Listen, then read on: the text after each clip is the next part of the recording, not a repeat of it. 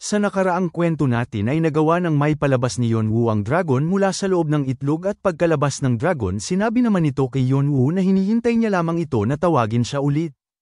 At sa pagpapatuloy ng kwento, imbis na mamangha ang mga ito ay parang natakot naman ito sa paglabas ng dambuhalang dragon at sinabi pa ni Fante na isa itong mythical dragon subalit ibang-iba ito sa imahe na nasa record nila. Sinabi naman ni Edora na tama ang kanyang sinabi na isa nga iyang mythical dragon subalit parang kapareho nito ang Akashic Snake bagaman ay kakaiba ang kanyang pakiramdam dito. Pinagmasdan niya naman ang dragon at sinabi niya na parang kakaiba ito para tawaging mythical dragon dahil ang katangian nito ay demonic energy. Nagtatakang tanong naman ni Fante sa kanya na kung mayroon bang kaso na ang mythical na hayop ay nagtataglay ng enerhiya ng demonyo. Tugon naman ni Edora na hindi rin siya sigurado dahil maging siya ay hindi niya pa narinig ang patungkol dito dati. Umilaw naman ang mata ni Edora at sinuri niya ng mabuti ang dragon at sa isip-isip niya pa na ang apat na iba't ibang enerhiya na maalamat na hayop na karaniwan na hindi pwedeng ipagsama ay maayos na dumadaloy sa ilalim ng enerhiya ng demonyong dragon at nagtatakang tanong niya naman sa kanyang sarili na kung posible nga ba ang bagay na ito. Napasabi naman ng pinuno ng mga matatanda na ang isang iyan ay isang maalamat na uri ng hayop na may enerhiya ng demonyo kaya naman mas angkop itong tawagin na mahiwagang hayop kumpara sa mythical beast at dagdag niya pa na ang nilalang na ito ay hindi pa nakikita dati at ayon pa sa kanya na muli na namang magkakagulo sa tore dahil sa paglabas ng isang demonic dragon. Maya-maya pa ay bigla na lang nagsalita ang demonyong dragon at sinabi niya kay Yonwoo na matagal niya itong hinihintay sa pinakaikailalim na lugar dahil itinapon niya ang kanyang pisikal na katawan at ikinulong ang kanyang sarili sa kadiliman para lamang sa kanyang pagbalik. Hindi naman tumugon si Yonwoo bagkus ay nakilala niya naman agad ito kung sino ang dragon na ito. Nagtataka naman ang demonyong dragon na si Kelotes at tinanong niya si Yonwoo na kung bakit wala man lang siyang sinasabi kahit ano sa kanya pagtapos nilang hindi magkita ng matagal at dagdag niya pa na kung kagaya pa rin siya ng dati niyang sarili ay nagtatatalo na sana siya sa tuwa ngayon at tinanong niya na naman si Yonwoo na kung bakit ang tahimik niya ngayon. At ayon pa sa kanya na hindi na siya magtataka kung mag-iba ang kanyang personalidad dahil sa mga bagay na kanyang naranasan dati. At nang marinig yun ni Yonwoo ay parang nalungkot naman ito dahil ang tinutukoy ng demonyong dragon ay ang kanyang kapatid na si Jongwoo. Humingi naman siya ng tawad sa dragon at sinabi niya na hindi siya ang taong hinahanap niya at nang marinig yun ni Kelotes ay nanlaki naman ang mga mata nito at tinanong niya si Yonwoo na kung ano ba ang sinasabi niya. Lumingon naman si Yonwoo patungo sa Martial King at tinawag niya itong master sabay paalam niya dahil mayroon silang pag-uusap ang pribado ng batang dragon na ito at tinanong niya ang Martial King na kung ayos lang ba na umalis muna sila sa ngayon. Wala namang tugon ang Martial King bagkus ay tumango lamang ito palatandaan na pinapayagan niya ito. Nagpasalamat naman agad si Yonwoo dahil pinayagan siya ng kanyang master at bigla na lang siyang tumalon gamit ang kanyang kasanayan na Shanpo at sinundan naman siya ni Kelotes. Labis naman ang pagkadismaya at may halong inis ang nararamdaman ng mga matatanda at sinabi pa ng isang makapal ang bigoti na kalahati pa lamang ang kanyang naiguhit ng dragon at sumigaw naman ng isang matanda na manipis ang bigoti na napakasamang tao daw ng ating bida dahil bigla-bigla na lamang itong umaalis kahit na hindi pa nila napag-aaralan ng mabuti ang kanyang demonyong dragon at napasigaw naman sila na bumalik sila. Malayo naman ang tingin ng Martial King habang naririnig niya ang kaguluhan sa kanyang paligid dulot ng dragon ni Yonwoo. Seryoso naman ang mukha ng Martial King dahil hindi niya lubos maisip na nakakuha si Yonwoo ng mythical dragon na mayroong taglay na enerhiya ng demonyo. Ayon pa sa kanya na parang pandaraya na rin ito katulad ng lason subalit hindi ito magagawa ng artipisyal at kakaiba at ang kapangyarihan na ito ay ang ginagamit ng mga demonyo na nasa ika-78 na palapag ng tore. Ang enerhiya ng demonyo ay pwede nitong masira ang taglay na pagtitimpi ng gumagamit at pwede nitong mas mapabangis pa dahil napaka-agresibo ng kapangyarihan na ito at napakadelikado katulad ng taglay na kapangyarihan ng tinatawag na Devil Army o hukbo ng demonyo ng 8 mahuhusay na mga clan at kahit napakadelikado ng kapangyarihan na ito ay mayroon pa ring mga tao na hinahangad ang ganitong kapangyarihan. Sa katunayan ay ang mythical dragon ang pinakamalakas sa lahat ng mythical beast dahil malaya itong manipulahin ang kanyang anyo at sumusunod ito sa disposisyon ng kanyang master. Naglakad naman ang Martial King at naisip niya pa na kung ano ba ang itsura ng demonic dragon. Lumipat ang eksena sa kina Yeonwoo at Pilates at nagtataka naman si Pilates at tinanong niya si Yeonwoo na kung bakit siya nagsasalita ng mga bagay na kakaiba at kung dahil ba ito sa nangyari sa nakaraan na nalimutan niya ang kanyang memorya at dagdag niya pa na noon ay pinutol niya na ang koneksyon sa kanya at sinabihan niya pa siyang umalis na upang mabuhay pa siya kahit wala na siya subalit naniniwala siya na babalik itong muli at sinabi niya pa na gumaan ang kanyang loob dahil hindi mali ang kanyang paniniwala at nagagalak siya dahil dun. Napaisip naman si Yeonwoo na kung dahil ba hindi inaasahan ang pagkabuhay ng mythical dragon na ito kaya ganito na lamang siya makapagsalita dahil ang mythical dragon ay alter ego ng kanilang master na gumising sa kanila at dahil mayroon taglay na napakalakas na kapangyarihan ang kanyang kapatid na si Jongwoo ay pati si Pilates na sinaunang dragon ay napansin ito ngunit ang mythical dragon ay isa lamang na alter ego. Kapag mapinsala ang pangunahing katawan nito ay mawawala lamang ito bago pa man magamit ang kapangyarihan nito at parang nahulaan na ng kanyang kapatid ang pagkamatay nito kaya naman pinutektahan niya ang mythical dragon. Maya-maya pa ay bigla niya namang tinanggal ang kanyang maskara sabay sabi niya pa na kagaya nga ng sinabi niya kanina na hindi siya ang taong hinahanap niya at bigla na lang siyang nagpakilala na siya si Cha Yeonwoo na nakakatandang kapatid ni Jongwoo. Nagtataka naman ang demonyong dragon dahil sa pinagsasabi ni Yeonwoo at sinabi naman ni Yeonwoo sa kanya na hindi niya alam kung binanggit na ba siya ng kapatid niya sa kanya na sila ay kambal kaya naman magkapareho sila ng mukha at namana niya ang memorya ng kanyang kapatid sa pamamagitan ng diary nito at pumasok siya sa tore at ang rason kung bakit siya nandito ay ang hanapin niya ang mga lapastangan na pumatay sa kanyang kapatid at isa-isa niya itong papatayin. Hindi naman makapaniwala ang demonyong dragon sa kanyang nalaman at kinumpirma niya kay Yeonwoo na kung talaga bang namatay si Jongwoo.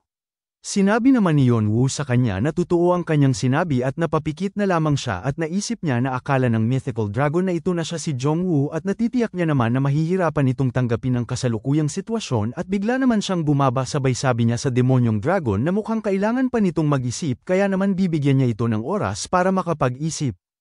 Pinigilan naman siya ng demonyong dragon at sinabi niya na hindi siya ang hinihintay niyang master subalit alam niya na siya ay konektado sa dugo ng kanyang master at hindi siya nagsisinungaling at dagdag niya pa na mayroon lamang siyang isang katanungan sa kanya at nag-aalab naman sa galit si Pilates at sinabi niya sa kanya na ang rason kung bakit siya pumunta sa lugar na ito ay ang patayin ng mga kumag na pumatay sa kanyang master sa oras na yun kaya naman tinanong niya si Yeonwoo na kung ipinapangako niya ba ang mga kataga na kanyang binitawan. Lumingon naman si Yeonwoo sa kanya at seryoso niyang sinabi na oo naman at dagdag niya pa na pagtapos na siya sa kanyang layuning makapaghiganti ay pinaplano niya naman na wawasakin niya ang tore kung posible ito nang sa gayon ay ang kanyang galit ay medyo hamupa. Nagulat naman si Pilates sa kanyang narinig mula kay Yeonwoo at bigla na lamang siyang humalakhak ng napakalakas at pagtapos noon ay napatakip naman ng tainga si Yeonwoo at sinabi niya na masakit ang tainga niya dahil sa halakhak ni Pilates at sinabi naman ni Pilates sa kanya na baliw na ito at may punto naman ang kanyang pagkabaliw dahil kasama niya ito, kaya naman naniniwala siya na magiging posible ang kanyang pinaplano kapag kasama niya ito. Tinawag niya naman si Yeonwoo bilang isang bago niyang master at sinabi niya na hinihiling niya na sundan niya ito at tinanong niya ito na kung tatanggapin niya ba siya. Masayang tugon naman ni Yeonwoo sa kanya na oo naman at kaagad namang sinabi ni Pilates na kung sa gayon ay bigyan niya ito ng bagong pangalan dahil siya ay bagong silang at may bagong layunin kaya naman kinakailangan niya ng bagong pangalan upang mabigkis nito ang kanyang sarili sa kanya. Sumapit ang dapit hapon at bumalik na si Yeonwoo sa bahay ng tribo at dito nasa library si Eudora at kakadating lamang ni Yeonwoo at agad siyang sinabihan ni Eudora na nakabalik na siya ng mas maaga kumpara sa inaasahan at kinamusta niya naman ang patungkol sa demonyong dragon. Tugon naman ni Yeonwoo na sinabi ng dragon sa kanya na kailangan niya munang magpahinga dahil hindi rin katagalan na napisa siya sa itlog at kinakailangan din ito ng sapat na oras para makapag-adjust sa bago nitong kapangyarihan at ayon pa sa kanya na tama nga ang sinabi ng matatanda sa kanya na para napisa niya ang itlog ng mas maaga. Sinabi naman ni Eudora na malamang ay hindi iyan ang rason at sa isip-isip niya naman na kahit na isa pang maalamat na hayop ang demonyong dragon ay kinakailangan pa rin ito ng maraming oras upang mas lubusan itong maabsorb ang enerhiya ng apat na maalamat na hayop. Tinawag naman ni Yeonwoo si Eudora at tinanong niya si Eudora na kung masama ba ang kanyang pagpapangalan at nang marinig yun ni Eudora ay pinagpawisan naman siya dahil naalala niya ipinangalan ni Yeonwoo sa batang phoenix na Chirpy at nauutal-utal niyang tinanong si Yeonwoo na kung mayroon bang masamang nangyari. Tugon naman ni Yeonwoo sa kanya na sinubukan niyang bigyan ng pangalan ang demonyong dragon subalit sinabi ng demonyong dragon sa kanya na kung hindi siya makakapag-isip ng isa pang ipapangalan sa kanya ay hindi siya makikipagkontratahan sa kanya. Tinanong naman siya ni Eudora na kung ano ba ang ibinigay niyang pangalan. Tugon naman ni Yonwoo na growly at nang marinig yun ni Eudora ay wala naman siyang naging tugon dahil parang pinipigilan lamang niya ang kanyang tawa. Habang pumipili ng libro si Yonwoo ay tinanong niya naman si Eudora na kung mas mabuti ba na growl na lang ang ipapangalan niya dahil wala na siyang maisip na iba pa bukod dyan. Maya-maya pa makalipas ang ilang sandali ay lumabas sa sistema ni Yonwoo ang hidden quest ng pagsubok ng Abyss Turtle. Pinagmamasdan lamang siya ng Abyss Turtle kung paano niya ginagawa ang pagsubok na ibinigay ng Phoenix at Void Dragon sa kanya na may interes. At hiniling nila na bigyan siya ng pagsubok at sa halip na mag-focus sa paghihigante ay ang Abyss Turtle ay naghahanda ng tagapagmana niya. At minungkahi naman ng sistema kay Yonwoo na maghanap siya ng mythical beast na karapat-dapat sa mana at gawin itong isang maalamat na hayop. Mayroon naman siyang 3 gantimpala na matatanggap at ang una ay ang copyraso ng Turtle Head's back at ang ikalawa naman ay ang tinatawag na shedding of the tail snake at hindi naman matukoy ang ikatlong gantimpala. Sa isip-isip naman ni Yonwoo na ang mga maalamat na hayop ay sumisimbolo sa mundo mula sa 11 na palapag ng tore at ayon pa sa kanya na kung madali lang sana ang makagawa ng isang maalamat na hayop ay sana mayroon na ang bawat isa. Habang nagbabasa si Eudora ay si Fante naman ay natutulog at si Yonwoo naman ay nakatayo lamang sa lagayan ng mga libro at naisip niya na ang quest na ibinigay ng Abyss Turtle sa kanya ay mahirap dahil matatagpuan lamang ito sa 30 hanggang 40 na palapag ng tore subalit mayroon naman siyang isang maalamat na hayop upang magmana subalit nagdadalawang isip siya at kaagad niya namang tinawag si Eudora at Fante at bigla namang naalimpungatan si Fante at napasigaw na kung ano yun at inaya naman sila ni Yonwoo na lumabas muna sila para mag-usap. Kinabahan naman si Fante at agad niyang tinanong si Yonwoo na kung ano ba ang pag-uusapan nila at nagdahilan siya na hindi naman siya nakaidlip sabay pahid niya pa sa kanyang laway at sinabi niya na nag-iisip lamang siya ng kung anong bagay. Humingi naman ng tawad si Eudora kay Yonwoo at sinabi niya na wala pa siyang nakikitang ibang paraan kung paano pangalanan ang mythical beast. Nagkatinginan naman silang tatlo dahil si Yonwoo ay nagdesisyon na iba na muna ang kanyang uunahin na problema dahil wala pa siyang naiisip na solusyon habang sina Fante at Eudora naman ay tinutulungan nila si Yonwoo dahil gusto nila at dahil na rin sa naiinip sila dahil wala silang magawa at bigla namang sinabi ni Yonwoo sa kanila na ibang bagay ang kanilang pag-uusapan. Makalipas lamang ang ilang minuto ay lumabas na sila at napag-usapan na nila ang kanilang pag-uusapan at tinanong naman siya ni Eudora na kung sinasabi niya ba na gagawin niyang maalamat na hayop ang kanilang mga mythical beast. Tugon naman ni Yonwoo na tama ang kanyang sinabi at sinabi niya naman na malaki ang potensyal na ang kanilang mythical beast ay magiging maalamat na hayop dahil sa kanilang mga pangarap at kung ibabahagi niya pa ang kapangyarihan ng maalamat na hayop sa kanila ay mataas ang tsansa na magiging kwalipikado ito bilang maalamat na hayop. Pinagpawisan naman si Fante at sinabi niya na maganda nga ang kanyang pinaplano at tinanong niya si Yonwoo na bagaman ay ayos lang ba sa kanya na ibahagi ang kanyang kapangyarihan ng maalamat na hayop sa kanila. Tugon naman ni Yonwoo na habang pinapalabas niya ang enerhiya na maliit na halaga lamang ang ibabahagi niya kaya naman wala naman itong magiging problema at pinaplano niya pang ibigay ito sa kanila. Ang tawag sa bagay na ito ay Bid of the Abyss na mayroong grado na A+. Ang butil na ito ay ginawa ng Void Dragon sa mahabang panahon. Ang kakanyahan mula sa walang laman at ang kailaliman ay isinama sa isa. Isa itong mahusay na materyal na anteng-anteng para sa mga manlalaro na mayroong taglay na itim na katangian. Ang isa naman ay ang tinatawag na Pure Flower of the Legendary Beasts at isa itong uri ng elixir at mayroong grado na A. Ito ay isang halamang gamot na ginawa ng pinuno ng matanda ng isang sungay na tribo pagtapos ng mahabang taon na pagsasaliksik. Kapag naman nakonsumo ito ay mag-e-evolve ang rango ng mythical beast na mas mataas pa kaysa sa karaniwan nitong rango at makakakuha rin ito ng iilan na natatagong kapangyarihan. Laking gulat naman ng dalawa at hindi naman makapaniwala si Eudora kaya tinanong niya si Yonwoo na kung ayos lang ba na bigyan niya sila ng napakahalagang item. Sinabi naman ni Yonwoo sa kanya na gagawa sila ng maalamat na hayop kaya naman mamumuhunan siya at madidismaya lamang sila kung hindi magiging isang maalamat na hayop ang lalabas sa kanilang itlog. Nagagalak naman si Fante at sinabi niya na wala naman silang rason upang tanggihan ang kanyang inaalok at ang ibig sabihin lang nito ay makakakuha sila ng kahanga-hanga ng katulad ng kanyang demonyong dragon. Nag-alala naman si Eudora aniya na parang sobra naman yata ito dahil ang Bid of Abyss ay isang mataas na grado na materyal sa paggawa ng anteng-anteng kahit na ang dalisay na bulaklak ay pwede nitong mapalakas ang demonyong hayop. Sinabi naman ni Yonwoo sa kanila na mas kapaki-pakinabang ito sa kanya kung gagamitin niya ang mga item na ito at minungkahi niya naman na gagamitin nila ito kapag malapit ng mapisa ang itlog. Napaisip naman si Yeonwoo na sina Eudora at Fante ay hindi pa nila natatapos ang pagsubok sa ika-11 na palapag ng tore at wala silang rason upang tanggihan ang oportunidad na makalakam ng ekstrang karma. Maliban pa dun ay ang butil ay wala rin masyadong maitutulong dahil inabsorb niya na ang kapangyarihan ng 4 na maalamat na hayop bagaman ay hindi na rin masama na makagawa sila ng anteng-anteng at maging ang dalisay na bulaklak. Sina Chirpy at ang demonyong dragon ay hindi pa nila lubusang na-absorb ang kanilang bagong kapangyarihan at kung bibigyan pa niya ito ng dagdag pa ay makakasama lamang ito sa kanila. Ipinaliwanag naman ni Yeonwoo sa kanilang dalawa na ang 4 na maalamat na hayop sa ika-11 na palapag ng tore ay namatay kaya naman matagal pa mabuhay muli ang mga ito at sa mga oras na ito ay magiging magulo sa ika-11 na palapag dahil ang mga maalamat na hayop ang mga haligi ng kaayusan at kapag naman ang kanilang mga mythical beast ay maging maalamat na hayop ay pinaplano niya naman na bibigyan niya ito ng posisyon na mayroon ng 4 na maalamat na hayop at kung mangyari man yun ay nasa ilalim na nila ang pagkontrol sa ika-11 na palapag ng tore at makakakuha rin sila ng mga kamangha-mangha na gantimpala at malaking halaga ng karma.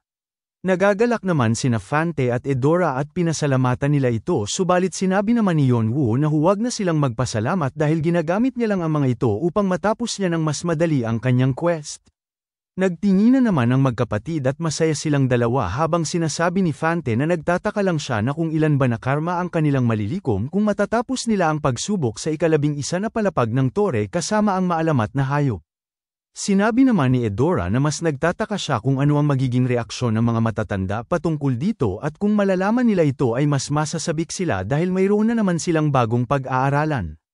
Nang makita ni Yeonwoo na masaya sina Fante at Eudora ay napagdesisyonan niya naman na wala na siyang sasabihin pa sa kanila dahil ayon sa kanya na kung mapapasakamay niya ang ika-11 na palapag ng tore na kung saan ang mundo ng mga mythical beast at magical beast at ang mga maalamat na hayop na naninirahan ay sa madaling salita ay ang mundo ng alamat ay makokontrol niya ito at mas mahalaga pa ito kumpara sa simple lang na gantimpala at karma at ang magkaroon ng buong palapag na kung anuman ang kanyang gawin ay makokontrol niya ay magdadala ito ng kabutihan sa kanya sa hinaharap at pati na rin ang mapagtagumpayan niya ang hindi pa naitatala sa kasaysayan ng sistema ng tore ay gagantimpalaan na naman siya ng kaukulang gantimpala. Kung makakatala na naman siya ng tagumpay na wala pang nakakagawa dati ay natitiyak niya naman na gagantimpalaan siya ng kahanga-hanga kagaya ng pagbukas niya ng Treasury of Olympus. Agad namang nagpaalam si Yeonwoo sa kanila dahil mayroon pa siyang susubukan. Sinabi naman ni Fante sa kanya na pagdesisyonan niya muna ang pangalan ng demonyong dragon at tugon naman ni Yeonwoo na pag-iisipan niya muna ng dahan-dahan ang bagay na iyan at agad siyang umalis at habang papaalis siya ay minungkahi niya naman kay Eudora at Fante na huwag nila itong hanapin dahil magsasanay lang naman siya.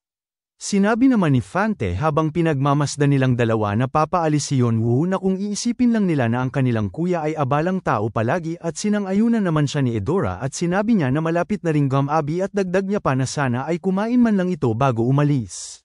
Makalipas lamang ang ilang sandali ay nakarating na si Yeonwoo sa kanyang pupuntahan at sinuri niya naman ang paligid at ayon sa kanya na wala nang makakasunod dito sa lugar na ito dahil masyado na itong malayo at hindi na siya nagsayang ng oras pa at agad niyang ipinalabas ang kaluluwa at dito lumabas sina Bahal at Leonte. Nagtataka naman si Leonte at napatanong na kung nasaan ba siya. Napasabi naman si Bahal na sa tingin niya ay nasa labas sila. Sinabi naman ni Yeonwoo kay Bahal na tama ang kanyang sinabi at tinanong niya ang mga ito na kung masaya bang makalabas sila dahil nasisigurado niya naman na hindi sila nakakahinga ng maayos sa mundo ng mga espiritu. Pagkakita nila kay Yeonwoo ay laking gulat naman nilang dalawa at bigla naman silang pinalibutan ng itim na mahika ni Yeonwoo habang pinapalibutan sila ay napasigaw naman si Bahal na kung ano ba ang bagay na ito. Dahan-dahan namang lumapit si Yeonwoo sa dalawa sabay sabi niya na hindi niya sila ipinatawag upang makalanghap ng sariwang hangin at ang tanging kailangan niya lamang ay ang sagutin nila ang lahat ng mga katanungan niya. Binanggit naman ni Bahal ang pangalang Cha Jong-woo at tinanong niya ito na kung sino ba siya upang gawin ito sa kanya.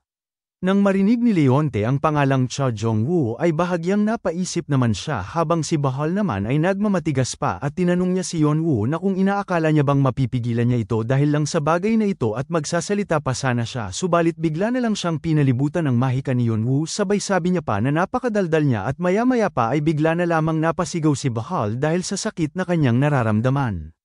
Hindi siya tinantanan ni Yeonwoo kaya naman natatakot na si Leonte baka siya na ang susunod habang si Bahal naman ay pilit niyang sinasabi kay Yeonwoo na tigilan niya na ito at nagmamakaawa siya. Habang tinatanggal ni Yeonwoo ang kanyang maskara ay sinabi niya naman na binalaan niya na sila na sagutin nila ang lahat ng kanyang katanungan at dagdag niya na ang patungkol sa bato. At ang rason kung bakit bigla na lamang umatake ang Red Dragon sa Asher Sword Clan at gusto niyang malaman ang patungkol dito kahit sa pinakamaliit na detalye ng impormasyon sa kanyang mga katanungan.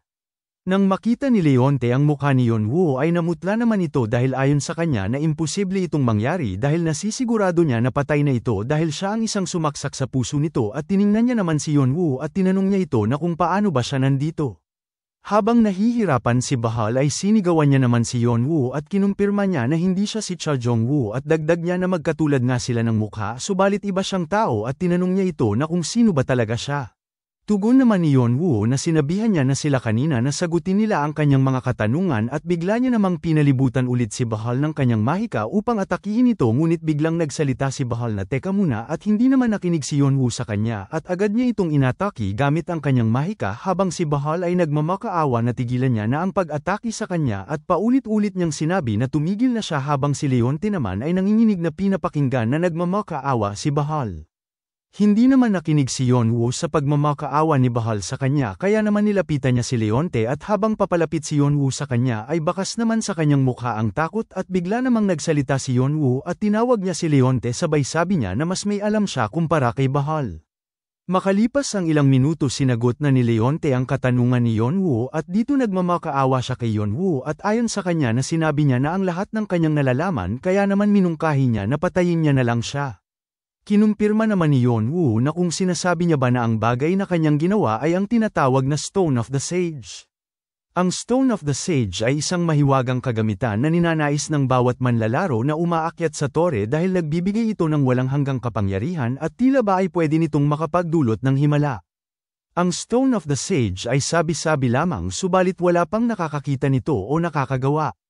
Nagalit naman si Yeonwoo at sinabi niya kay Leonte na kung inaasahan niya bang maniniwala siya sa sinasabi nitong kasinungalingan sa kanya. Tugon naman ni Leonte na nagsasabi siya ng totoo at tinanong niya ito na kung bakit pa ba siya magsisinungaling sa sitwasyon niya ngayon at dagdag niya na totoo na wala pang nakakagawa nito dati subalit siya na mismo ang gumawa. Lumabas naman sa sistema ni Yeonwoo na dahil nakakuha siya ng karagdagang impormasyon patungkol sa bato ay lumitaw ang nakatagong katangian ng bato. Hindi pa buo ang pangalan ng bato subalit ayon dito na ang pinakadalisay na anyo ng enerhiya sa mundo ay ang kaluluwa ng tao. Ang batong ito ay ginawa sa pamamagitan ng hindi mabilang na mga kaluluwa ng tao gamit ang paraan na nakalagay sa Emerald Tablet bagaman ay ang bato na ito ay selyado pa dahil hindi pa lubusang nakukumpleto ito. Ang artifact na ito ay bihira at nag-iisa lamang ito sa tore at nakagapos lamang ito sa nagmamay-ari at hindi ito maaaring ibigay sa iba. Hindi pa buo ang artifact na ito at kung magawa niya itong makumpleto ay makikita niya na ang nakaselyong impormasyon patungkol dito. Nang mabasa yun ni Yeonwoo ay napagtanto niya naman na hindi nagsisinungaling si Leonte sa kanya at agad niya naman itong tinanong na kung bakit ang isang taong kagaya niya ay nagsusumikap para dito dahil hindi niya naman alam ang patungkol dito. Tugon naman ni Leonte na sa totoo lang ay patago niyang ninakaw ang Emerald Tablet. Tinanong naman siya ni Yeonwoo kung ano ang Emerald Tablet. Sagot naman ni Leonte na isa itong sinaunang dokumento na mayroon si Viera na may tagubilin para sa paggawa ng Stone of the Sage. Nagulat naman si Yeonwoo dahil narinig niya ang pangalang Viera at agad niyang tinanong si Leonte na kung hindi niya naman tinutukoy si Viera dun. Sinagot naman siya ni Leonte na siya nga ang taong tinutukoy niya at dagdag niya pa na dahil sinabi niya na sa kanya ang lahat ay minungkahi niya kay Yeonwoo na patayin niya na lang siya. Tugon naman ni Yeonwoo na parang pinaglaruan siya ng isang mangkukulam. Si Viera Dun ay isang mangkukulam ng tinatawag na Stars at hindi ito napabilang sa 8 mahuhusay na clan subalit ang grupo nitong mangkukulam na tinatawag na Walpurgis Knight ay mga malalakas. Isa siyang pundasyon na miyembro ng Artia at kasintahan ni Jong-woo. Si Viera Dun ay kilala bilang isang mangkukulam na maraming mukha, inosenteng tignan, mapang-akit at marami pang iba. Kaya niyang pasunurin ng tao sa kanya sa pamamagitan ng pagpapalit niya ng mukha at depende sa sitwasyon at ang talento nito ay pang-aakit at psikolohikal na pagmamanipula. Sa oras na mapagtanto niya na pinaglalaroan lamang siya ay mahabang panahon na ang nakalipas. Ayon pa sa kanya na napakametikulusong babae nito dahil maging si Jongwoo ay nalaman lamang ang totoong mukha nito pagtapos mawala sa kanya ang lahat at naisip niya naman na ang personalidad ni Leonte ay sakim sa kapangyarihan kaya naman madali lamang siyang malinlang ni Viera dun subalit hindi siya nagawang kontrolin nito. Agad niya namang tinanong si Leonte na kung mayroon bang binanggit patungkol sa bato ang dokumento at kung paano niya nagawa itong makuha. Sagot naman ni Leonte na ang Emerald Tablet ay may tagubilin kung paano makagawa ng Stone of the Sage subalit makukuha lamang ito sa ika-69 na palapag ng tore sa pagsasanib puwersa ng Asher Sword Clan at Walpurgis Night. Nang makuha niya ang Emerald Tablet ay mapupunta sana ito kay Viera dun subalit ninakaw niya ito at pagtapos nun ay nagtago siya sa likod ng Sword God at naghanap ng lokasyon na wala itong mga mata sa paligid. Subalit walang lugar sa tore na walang mata ang Sword God at naisip niya na ang lugar na dapat na pagtaguan niya ay ang nakahiwalay sa labas habang nagaganap ang pagpoproseso ng bato kaya naman inutusan niya ang isa niyang kasamahan upang sa tutorial niya gawin ang eksperimento. Tinanong naman siya ni Yeonwoo na kung nasaan na sa ngayon ang Emerald Tablet. Tugon naman ni Leonte na wala na dahil binasag niya na ito. Pagkarinig ni Yeonwoo ay napaisip naman siya na madali niya lang sana malaman ang dagdag na impormasyon patungkol sa bato kapag nasa kanya na ang Emerald Tablet sa pamamagitan ng pagtingin niya dito gamit ang kanyang Dragon Eyes kaya naman inutusan niya si Leonte na sabihin niya sa kanya ang lahat ng nakasulat sa Emerald Tablet. Tinanong siya ni Leonte na kung sasabihin niya ba sa kanya ay papatayin niya na siya. Tugon ni Yeonwoo na kasalukuyan na siyang patay at dagdag niya na tutulungan niya lang itong maglaho. Nagagalak naman si Leonte at nagpasalamat siya at sinabi niya na sasabihin niya sa kanya ang lahat-lahat. Maya-maya pa makalipas ang ilang minuto ay natapos nang sabihin ni Leonte ang nakasulat sa Emerald Tablet kaya naman lumabas sa sistema ni Yeonwoo na buksan ang kanyang kaalaman ng dragon na tinatawag na Chokma at ang impormasyon ay kasalukuyan ang sinisiyasat sa loob ng database at nang matapos na ay mayroon naman 8 item na may kaugnayan sa Stone of the Sage at ang 2 dito ay pwede niyang mabasa. Tiningnan naman ni Yeonwoo ang kanyang sistema at ayon sa kanya na ginawa ang bato base sa mechanical na mahika ang alchemy at Chinese alchemy at lubhang napakalawak nito kaya naisip niya na mahaba-habang panahon ang gugugulin niya para malaman ang lahat patungkol dito subalit napagtanto niya naman na para itong may kaunting peke na nakahalo at hindi niya naman alam kung sino ang may gawa nito subalit napaka-metikuluso ito. Nagtataka naman siya na kung sino ba ang taong nagsulat sa Emerald Tablet at napatanong siya sa kanyang isipan na kung ano ba ang layunin ni Viera doon upang likhain ang ganito. Nagmamakaawa na si Leonte sa kanya at sinabi niya kay Yeonwoo na sinabi niya na ang lahat ng kanyang nalalaman kaya naman gusto niya nang magpahinga. Nang marinig yun ni Yeonwoo ay bigla niya naman tinawag si Bu at nang makalabas na si Bu ay sinabi niya naman na utusan niya ito at inutusan naman siya ni Yeonwoo na kainin niya si Leonte at nang marinig yun ni Bu ay nagagalak naman siya at nagpasalamat siya kay Yeonwoo. Nang marinig ni Leonte ang inutos ni Yeonwoo sa kay Bu ay hindi naman ito makapaniwala at nang walang ano-ano'y bigla siyang kinuha ni Bu at habang nagaganap yun ay napaisip naman si Bahal na parang walang plano si Yeonwoo na pagpapahingahin sila ng mapayapa at napagtanto niya naman na lalamunin niya ang kanilang kaluluwa at impormasyon at naisip niya rin na kung yun ang kaso ay wala na siyang pag-asa na mabuhay pang muli. Agad namang sinabihan ni Yeonwoo si Bahal na alam niya naman ang katanungan niya sa kanya. Sinabi naman ni Bahal na wala ng pag-asa para sa kanya at sasabihin niya ang lahat ng kanyang nalalaman ng sa gayon ay mabilis siyang mamamahinga at agad niyang sinabi na pagtapos niyang tingnan ito na hindi man lang napansin ang rason na kung bakit ang Summer Queen ay nagdeklara ng pangmalawakang digmaan laban sa Asher Sword Clan dahil sa Stone of the Sage kaya naman sinabi niya na hindi talaga siya si Cha Jongwoo at ipinaliwanag niya naman na nagkasagupaan ang dalawa bagaman ay natalo si Jongwoo sa laban subalit naghirap naman ang Summer Queen dahil sa malala nitong pinsala at walang nakakaalam patungkol doon at pagtapos nun ay nasira ang puso ng Summer Queen.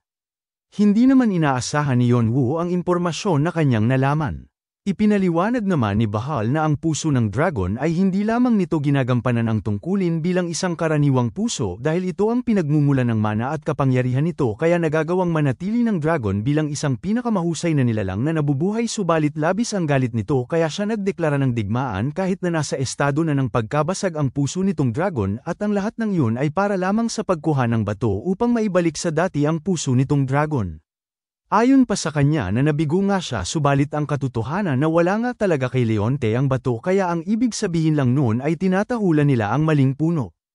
Napangiti naman si Yeonwoo dahil naisip niya na si Jongwoo daw ay pumapalag din at guminhawa naman ang kanyang pakiramdam dahil hindi lamang siya nakaupo na parang tanga na sinasalo ang lahat ng pambubugbog sa kanya. Sa bandang huli ay nag-away-away ang mga kumag na mga bastardong ito na hindi alam kung nasaan ang bato. Wala naman siyang interes sa bato subalit napagdesisyonan niya na kailangan niyang baguhin ng kaunti ang kanyang plano. Kung ang Summer Queen ay pinaplano niyang gamitin ang bato upang maibalik sa dati ang puso nitong dragon kaya naman sinisigurado niya na malaking tulong ito sa kanya kung gusto niyang mas mapalakas ang kanyang magic circuit o ang kanyang dragon body awakening at posible pa siyang magkaroon ng dalawang puso ng dragon. Sinabi naman ni Bahal na hindi niya alam kung ano ang kanyang pinaplano subalit ang impormasyon na ito ay napakalaking tulong sa kanya at sinabi niya na ang mga matataas na ranggo lamang ang nakakaalam na sira na ang puso ng dragon ng Summer Queen. At kapag naman malaman ng tagalabas ang patungkol sa estado ng Summer Queen na ngayon ang Azure Sword Clan ay giba na ang isang haligi ng 8 mahuhusay na clan ay natitiyak niya naman na mas gugulo pa ang tore at kung mangyari man yun ay pwede niyang magamit ang sitwasyon na ayon sa kanyang pabor. Nagtataka naman si Yeonwoo at sinabi niya mas nagiging mapagkumbaba ito at tinanong niya naman ito na kung yun lang ba ang lahat ng kanyang sasabihin sa kanya. Tinanong naman siya ni Bahal na kung nasa kanya ba ang artifact na singsing niya. Ipinalabas naman ni Yeonwoo sabay tanong niya na kung ito ba ang tinutukoy niya dahil parang isang ordinaryong singsing lamang ito.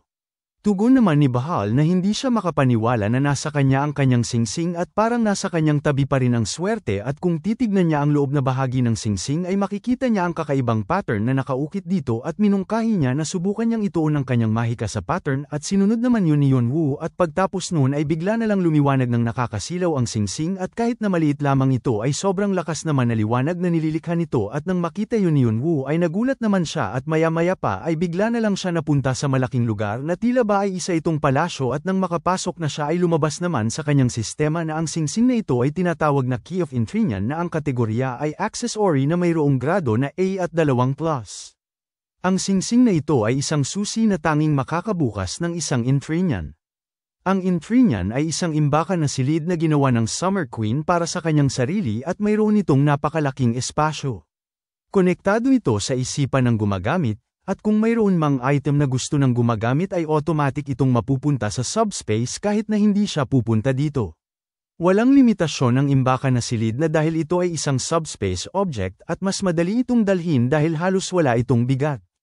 Namangha naman si Yeonwoo dahil walang limitasyon ng silid na ito at sinuri niya ang paligid at nakita niya ang napakaraming ari-arian at ayon pa sa kanya na hindi sila kasali sa 8 mahuhusay na clan na wala lang at naisip niya na sa ngayon ay hindi na siya mamamroblema sa pera.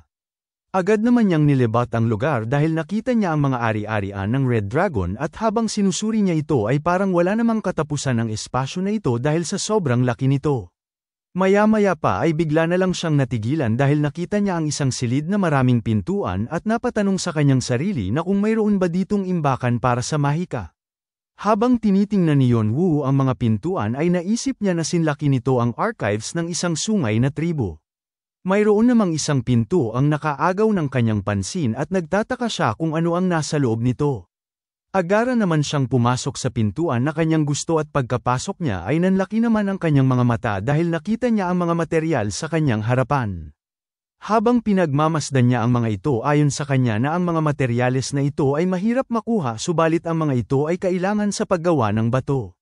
Napagtanto naman ni Yeonwoo na ang silid na ito ay inihahanda ng Summer Queen para sa kinakailangan sa pagkumpleto ng bato.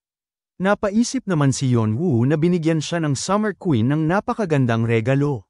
Ayon pa sa kanya na hanggat alam niya ang impormasyon na nasa Emerald Tablet ay makukumpleto niya ang Stone of the Sage dahil nasa kanya na ang mga materyales kahit na may bahid ito ng 1% at kung gagamitin niya pa ang kanyang kaalaman ng dragon ay magagawa niya ito sa mas lalong madaling panahon. Napangiti naman siya dahil naalala niya si Bram at napagdesisyonan niya naman na kailangan niyang hanapin ang matandang ito. Si Bram ay isa sa 2 kilala ni Jongwoo na alchemist at binanggit niya pa na si Bram daw ay matigas ang ulo subalit malaya itong tao at dahil kapatid siya ni Jongwoo ay hindi siya nito tatanggihan. Nagagalak naman siya dahil hindi siya ang tipo ng tao na tinatago ang kanyang kinaroroonan at nagamit niya pa ang pangalan nito nang magkita sila ni Galyad. Napagdesisyonan niya naman na kailangan niyang mas palakasin ang kanyang kapangyarihan sa pag-atake dahil si Bram ay nasa mataas na palapag ng tore bilang isang ranker. Lumabas na siya sa walang limitasyon na imbakan na silid habang si Bahal ay nandito pa rin sa labas at sinabi niya naman kay Bahal na hindi niya inaasahan na makakakuha siya ng ganitong impormasyon sa kanya. Masayang tugon naman ni Bahal sa kanya na bilang kanyang gantimpala ay gusto niyang mabuhay muli. Tugon naman ni Yeonwoo habang pinapalabas ang kanyang alip-ores na hindi niya gagawin yon dahil kagaya nga ng pinag-usapan nila kanina na papatayin niya na lang ito dahil parang wala naman na siyang sasabihin pa sa kanya na mahalagang impormasyon. At mayroon pang isang tao ang nasasabik siyang makitang muli. Wala naman ang magagawa si Bahal at napamura na lang siya at sinabihan niya pa si Yeonwoo na walang hiya talaga siya hanggang sa huli. Tinawag naman ni Yeonwoo si Shannon habang si Shannon naman ay sabik na makita muli si Bahal at bigla siyang inutusan ni Yeonwoo na konsumuhin niya ito. Makalipas lamang ang ilang sandali ay lumabas sa kanyang sistema na ang Death Knight na si Shannon ay napagtagumpayan niyang ma-absorb ang enerhiya ng kanyang kalaban. At mas tumaas pa ang buo niyang stats. Mas tumaas din ang itim na katangian sa 15 at mas malakas na siya sa katangian na ito.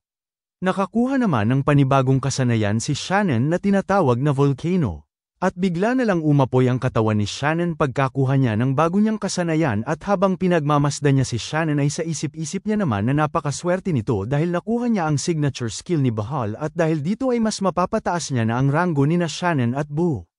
Naisip naman ni Yeonwoo na dahil mas naging malakas ang mga ito ay bigla niya naman itinigil ang sinasabi niya sa kanyang isipan dahil nakita niya si Shannon na tinitingnan ng sistema nito at dito bigla na lang may lumabas sa sistema ni Yeonwoo na ang tagumpay ni Shannon ay maaapektuhan siya at ang katangian ng Bathory's Vampiric Dagger ay inilapat upang makuha ang enerhiya ng kalaban.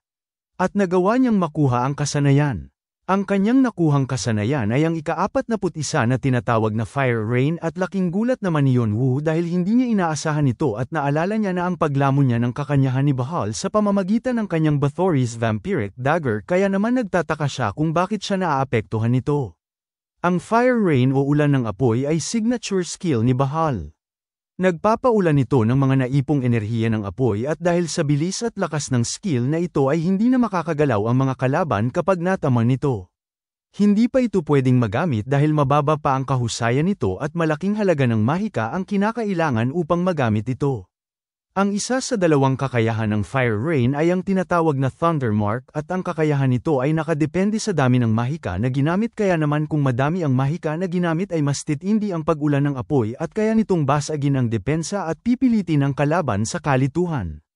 Ang isa naman ay ang tinatawag na Blazing Burn pagtapos makast ang skill ay mag-iiwan ito ng pagkasunog na epekto sa kalaban. At habang nagaganap yun ay mayroong maliit na tsansa na mapigilan ang mahika sa pagpapagaling at sinusunog din ito ang balat at pinapatindi nito ang sakit. Masayang-masaya naman si Yeonwoo dahil sa nakuhang niyang bagong kasanayan dahil naaalala niya na maging si Jongwoo ay naiinggit sa Fire Rain na kasanayan ni Bahal. Naisip niya rin na marami siyang kasanayan na tuloy-tuloy niyang magagamit subalit hindi tulad nito na isang mapanirang kasanayan at ngayon ay mayroon na siya nito ay magbabago na ang lahat. Pinasalamatan niya naman si Chirpy dahil mayroon siyang mataas na kaugnayan sa apoy at ang kanyang katawan ng dragon ay sapat na upang magampanan nito ang kakulangan niya sa kahusayan at dami ng mahika sa kanyang katawan. Bigla namang tinawag ni Shannon si Yeonwoo at sinabi niya na kung may pagkakataon siya ay hindi na siya pinatapos magsalita ni Yeonwoo at kaagad niyang sinabi na hindi. Sinabi naman ni Shannon na bagaman ay wala pa siyang sinasabi. Tugon naman ni Yeonwoo na alam niya na kung ano ang hihilingin niya sa kanya. Sinabi naman ni Shannon na hindi niya naiisip na magiging kasamahan niya ang taong yun at kung tumanggi siya ay pwede ba niyang lamunin yun. Tugon naman ni Yeonwoo na hindi pwede dahil pinaplano niya na idadagdag niya ito sa kanilang hukbo kung posible dahil pagtapos niyang maabsorb ang kapangyarihan ng 4 na maalamat na hayop ay nagawa niya ring makuha ang kaluluwa ng taong yun kahit na unti-unti na sana itong mawawala at mabuti na lang ay nakuha niya pa ito at napunta sa kanyang koleksyon ng kaluluwa. Agad niya namang pinalabas ang taong kanilang pinag-uusapan at ang taong ito ay ang Saber God. Hanggang dito na lang muna mga bossing. Kung gusto mong subaybayan ang kwentong ito, mag-like, comment, subscribe at i-hit mo na rin ang notification bell para ikaw ang unang makapanood pag may bago tayong upload. Kita-kits sa susunod mga boss.